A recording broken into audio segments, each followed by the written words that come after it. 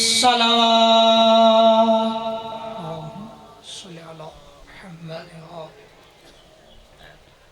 सबसे पहले तलावत कलाम पाक के बाद दुआ गो हैं उस खालिक कायनात से, उस आहद वाहिद से कि जो तमाम कायनात का खालिक मालिक है, कि खालिक कायनात परवरदिगार आलम चचो आबद और उनके बच्चों की ये पुरखलूस सफ़ियाज़ा बिछाई अपनी बारगाह में कबूल मंजूर फरमाए। करीम खालिक मालिक इस ज़िक्र पाक का सवाब उनके मरहूमीन के नामा अमाल में दर्ज फरमाए। करीम खालिक मालिक उनके रिज़्क़ हलाल में इजाफ़ा फरमाए, चचो आबद के कारोबार में वुस्अत अता फरमाए। करीम खालिक मालिक मोहम्मद व आले मोहम्मद के ज़िक्र के तवस्सल से उन्हें किसी कमीने का मोहताज न करे। करीम खालिक मालिक हाज़िर महफ़िल की तमाम शरई हाजात को अपनी बारगाह में कबूल मंजूर फरमाए। आप तमाम का यहाँ चल कर आना, तमाम पढ़ने वालों की पढ़ाई खालिक कायनात अपनी बारगाह में कबूल मंजूर फरमाए। और हमारे वक्त के इमाम मौला हादी महदी का जल्द से जल्द ज़हूर फरमाए। मिलकर दुरूद पाक की तिलावत कीजिए।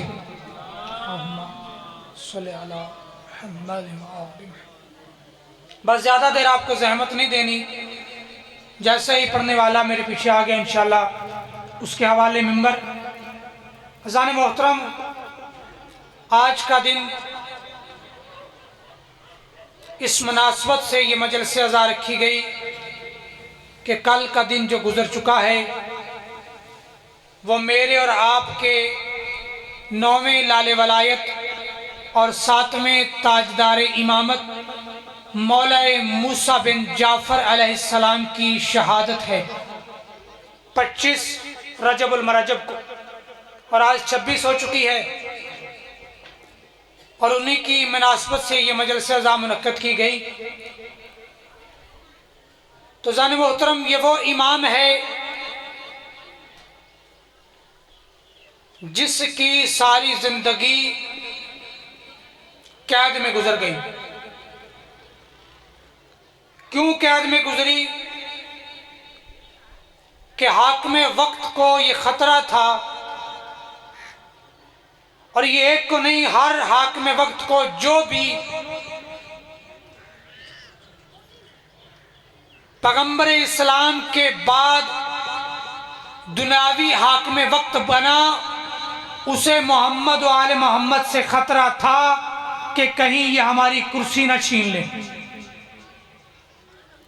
चाहे वो बनु अमैया था या बनु अब्बास था या किसी और कबीले से उसका तल्लुक था, उसे खतरा यही था कि कहीं अहले बैत की मोहब्बत जो लोगों के दिलों में है उसकी वजह से हमारी कुर्सी छिन न जाए। इसलिए वो हमारे हर इमाम को शहीद करते रहे, कभी जहर के जरिए तो कभी तलवार के जरिए। हमारे हर इमाम की शहादत हुई है। कोई भी इमाम हमारा इस दुनिया से तिब्बी मौत नहीं गया, बीमारी की वजह से नहीं गया।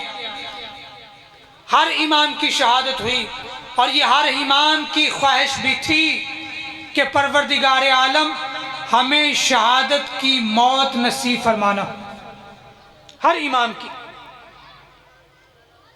क्योंकि ये शहादत कोई छोटा सा अमल नहीं था, बहुत बड़ा अमल था, बहुत बड़ा दर्जा है शहादत। तो हर इमाम जो इस दुनिया से गया वो शहादत की मौत गया। तो ये हारून रशीद को भी खतरा था कि कहीं सातवें इमाम मेरी हुकूमत को कोई इनकी वजह से मुश्किल पेश ना आ जाए, कोई ख़तरा लाक ना हो जाए, इसलिए इसने भी इमाम को मदीना से ही कुछ रवायात के मुताबिक मस्जिद नबवी के अंदर से नमाज के दौरान, कुछ रवायात के अंदर रोज़ा रसूल पर आप वहाँ नमाज पढ़ रहे थे, वहाँ आकर आपको कैद कर लिया गया। नमाज भी मुकम्मल न करने दी गई, हालत नमाज में सिपाही आपको पकड़ कर ले गए, गिरफ्तार कर लिया गया और आपको कैद कर लिया गया और मुख्तलिफ दरोगों के सपुर्द करते रहे, मुख्तलिफ जिंदानों में आपको कैद करते रहे, लेकिन आपका किरदार, आपका इखलाक, आपका तकवा, आपकी रियाज़ व नियाज़त, आपकी इखलाक, हर लिहाज से जब उस कैद का दरोगा देखता कि इस इमाम को कैद नहीं करना चाहिए, वो आपके लिए कैद को बेहतरीन एक कमरा बना देता कि जहां आपके लिए हर आसाइश मुहैया कर दी जाती। आपका किरदार देखकर, आपकी इबादत देखकर। लेकिन जैसे जैसे हाकिम वक्त को पता चलता, जासूस इतला दे देता कि मौला तो कैद में नहीं है, उन्हें तो उस कैद में ही अच्छा बिस्तर दे दिया गया है, आरामगाह उनकी बना दी गई है, तमाम सहूलतें मुयस्सर कर दी गई हैं, वो फौरन कैद तब्दील कर देता।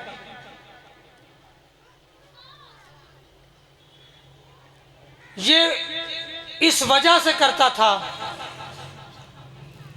कि मौला को तकलीफें दी जाएं, परेशान किया जाए, ताकि उसकी शर्त ये थी ताकि मौला मेरे हक में लोगों को गवाही दे कि ये हाकिम वक्त ठीक है। लेकिन ये कभी हो नहीं सकता था कि हमारे मासूम बातिल के हक में गवाही दे। बातिल को कभी भी किसी हालत में कबूल नहीं किया किसी इमाम ने, किसी इमाम ने बातिल को कबूल नहीं किया। तो जान मोहतरम, ये मौला की कैदों को तब्दील करते रहे, लेकिन मौला अपना इखलाक और किरदार लोगों के सामने नुमाया करते रहे और लोग आपके इखलाक और किरदार से दीन इस्लाम पर बदलते रहे। और जो दीन इस्लाम से भटका होता वो भी आपके किरदार इखलाक को देखकर, आपकी गुफ्तगू सुनकर वो राह रास्त पर आ जाता। बहुत सारे वाकयात हैं, वक्त नहीं है कि ज़्यादा तूल दूं बात को, बस एक वाकया मुख्तसर सा सुन लें और बात को तमाम करते हैं। हारून रशीद का ही एक बेटा, और याद रखिएगा हम वो हैं कि जो मोहम्मद व आले मोहम्मद के साथ मोहब्बत करे, चाहे वो दुश्मन का बेटा क्यों ना हो, हम उसकी बात करते हैं।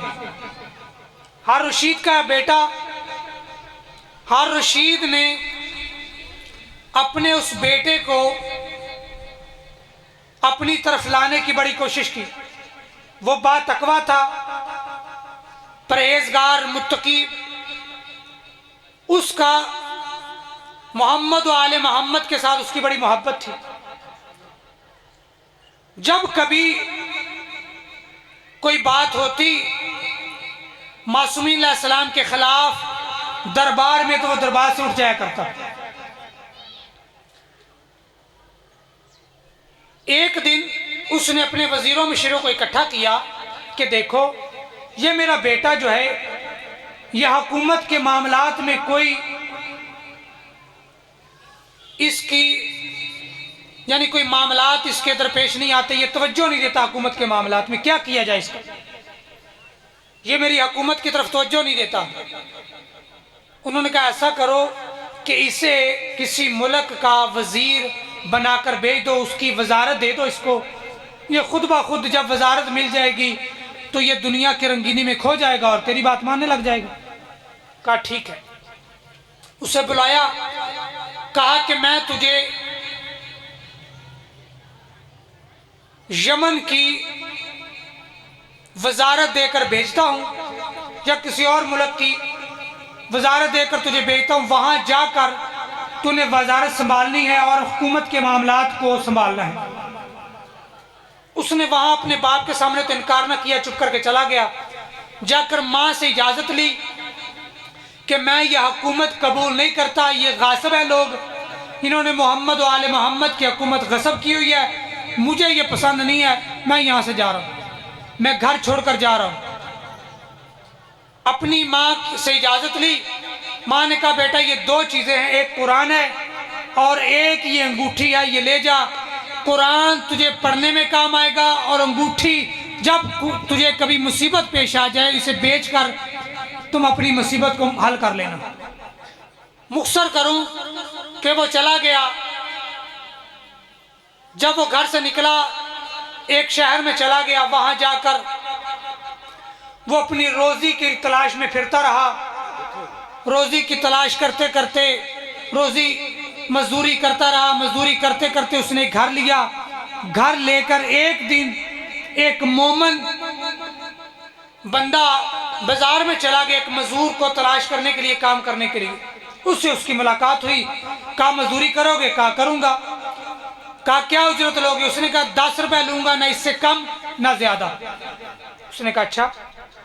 या 10 दिनार लूंगा, ना इससे कम ना ज्यादा। उसने कहा कम की तो समझ आती है, ज्यादा क्यों नहीं लोगे? उसने कहा ज्यादा इसलिए लूंगा कि मैं हफ्ते में 4 दिन काम करता हूं, 3 दिन आराम करता हूं। जो 4 दिन की मजदूरी होती है ना, वो मेरे बाकी 3 दिन के लिए काफी होती है। मैं ज्यादा दुनिया का लालच नहीं रखता। कहा ठीक है। चला गया, जाकर मजदूरी करवाई। काम बड़ा पसंद आया उसको, मोमिन को। उसने कहा भी कल फिर आ जाना। क्या काम क्या किया था कि 2 मजदूरों की दीवार उसने एक दिन में बना दी। 2 दिन का काम एक दिन में कर दिया। उसने कहा यार मजदूर बड़ा अच्छा, बड़ा काम करता है। जल्दी से वक्त गुजरता गया, वो काम करवाता रहा।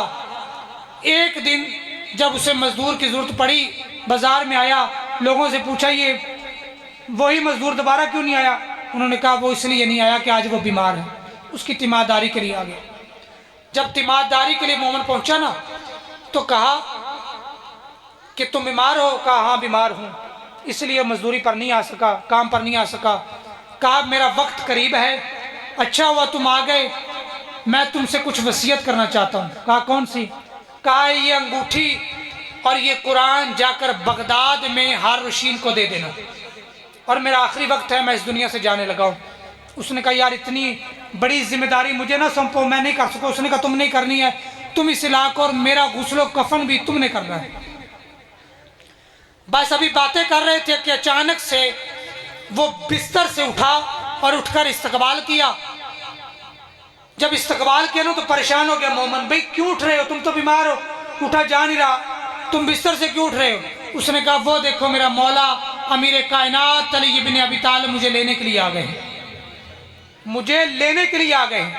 जब ये बात कही और फिर दोबारा लेट गया, इसी बात ने उस मोमिन को इस बात पर राजी कर दिया कि इसका गुस्लो कफन भी करना चाहिए और इसकी वसीयत को पूरा भी करना चाहिए। तो जब वो दुनिया से चला गया, गुस्लो कफन किया। गुस्लो कफन करने के बाद बगदाद में आ गया। बगदाद में इतना रश लगा हुआ है, दरबार सजा हुआ है, अब ये कैसे जाऊं? उसने वो कुरान पाक और अंगूठी को बुलंद किया से दोनों हाथों से। हारून रशीद ने कुरान को देखकर पहचान लिया कि ये कुरान पाक तो हमारे घर का सजा हुआ है, इस तरह मुज़य्यन तो हमारे घर में कुरान होता है। उसने बुला लिया, करीब आओ, कौन हो तुम?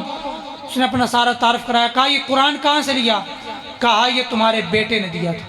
कहा तुम झूठ बोल रहे हो? कहा नहीं, जाकर अपनी बीवी से पूछो। जब बीवी से पूछा गया तो कहा कि हाँ ये मैंने अपने बेटे को दिया था, कुरान भी और अंगूठी भी, लेकिन उसने वापस कर दी। तो जाने मोहतरम, जो अहले बैत का चाहने वाला होता है ना, उसे मौला मरने के वक्त खुद मिलने आते हैं, चाहे वो कोई भी हो। बस खालिक़ कायनात हमें अमल करने की तौफीक अता फरमाए, खालिक़ कायनात हमारी तकलीफ़ें परेशानियाँ तंग दस्तियाँ दूर फरमाए। और हमें मोहम्मद आले मोहम्मद का चाहने वाला और उनकी सीरत पर अमल करने वाला बनाए। अब आपके सामने जनाब ज़ाकिर लबैत मोहम्मद असलम मोहसन साहब आवां खारा जो अपने मखसूस अंदाज में फ़ज़ाइल मसाइल मोहम्मद आले मोहम्मद बयान करें।